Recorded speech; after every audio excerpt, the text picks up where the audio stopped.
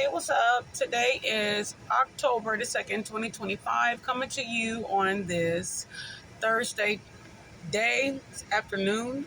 Um, this is the channel of Death is Not a Death Sentence.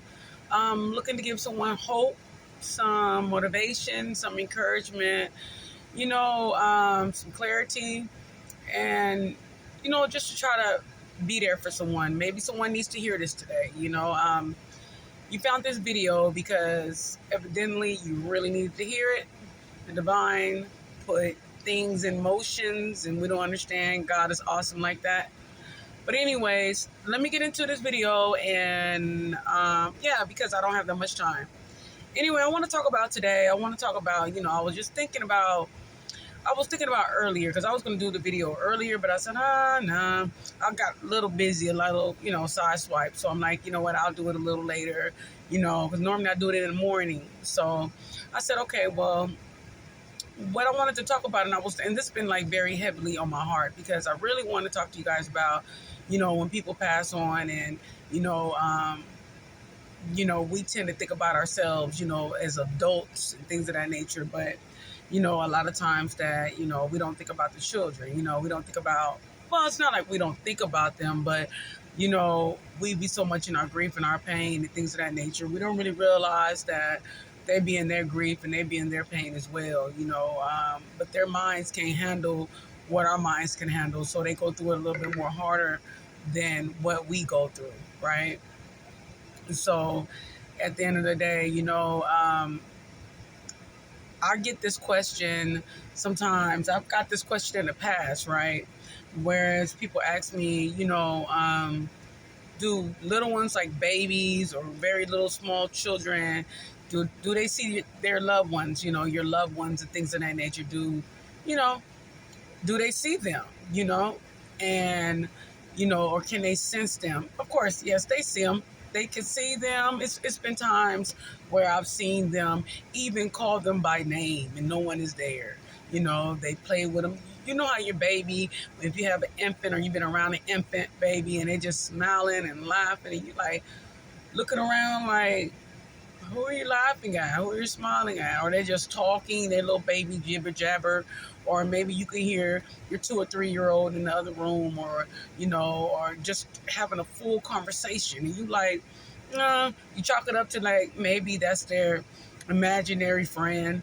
No, it isn't. And then you have toddlers that sit there and they talk about people who they don't even know, like people who passed way before they were born. So you got to be like mindful. Just listen to what they have to say. Don't be so quick to dismiss it like it's just an imaginary friend.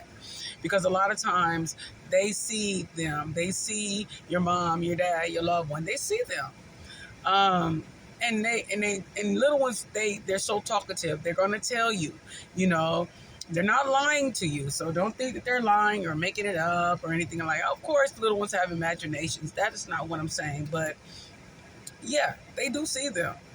And, also too, have you ever seen like, your children, even if they're teenagers or, any age, like, besides an adult, but, they're children and some of them could be small, like 5, 6, 7, 8 years old or whatever, whatnot. And then they'd be like, they go into these depressions where they don't want to talk. They start getting bad grades. They go into rages. They start, they just stop being themselves, they're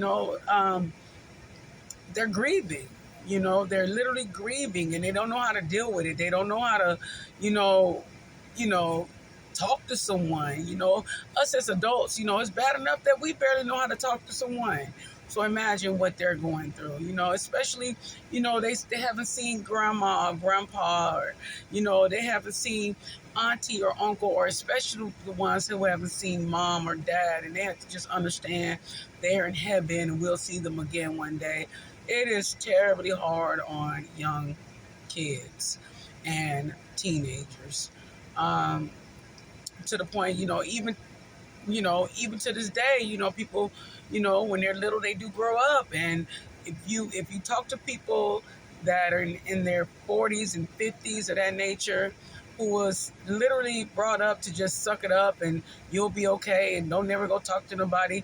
You'll deal with it, get over it attitude. You'll learn like a lot of them got a lot of pain. They haven't been able to talk about it, or they a lot of times they're who they are because of that. I'm not going to blame it all on them, but it's just that they have some deep wounds that they have not addressed or dealt with, and a lot of them are terribly traumatized behind that, and it messes up other relationships, marriages, and just being with someone, because some people are so traumatized and they get into so many other things and they just use that as a crutch to behave the way they've been behaving for 20, 30, 40 years. I don't know why, but that's how people are, because they haven't dealt with their pain. And until they deal with their pain, then that's the only way they're going to be able to change. You got to start from way back when you were a child. You can't just say, hey, listen, I'm going to go get help, and I'm going to just go get help. And whatever age I am now, I'm going to start from there. Wrong. You cannot start from where you are today. You have to go back to the beginning when you were a kid. You have to. Because there's so many things that we have tucked in and tucked in and tucked in and tucked in, and we have not addressed them. We have not fully healed. Even though we think that we fully healed, we have not. Ignoring them does not mean you have fully healed. And you have to release all of that. You got to release. You got to forgive and forgive yourself. And, listen, it's work to do. And, yeah, it is a lot of work to do. But when you get there, you'll feel so much better. But how can you help the young or your child or the little ones or the teenagers if you can't even help yourself?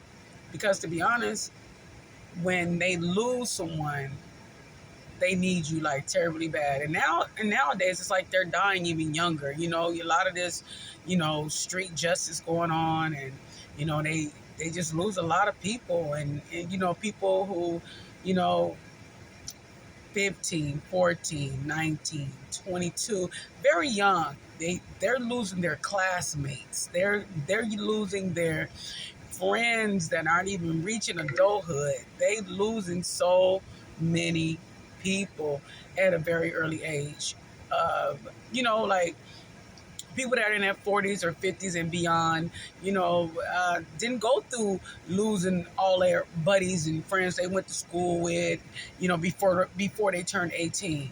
They're losing a lot of their friends. So a lot of them are going through some troubling times in their mind. And you wonder why they just all out of control, because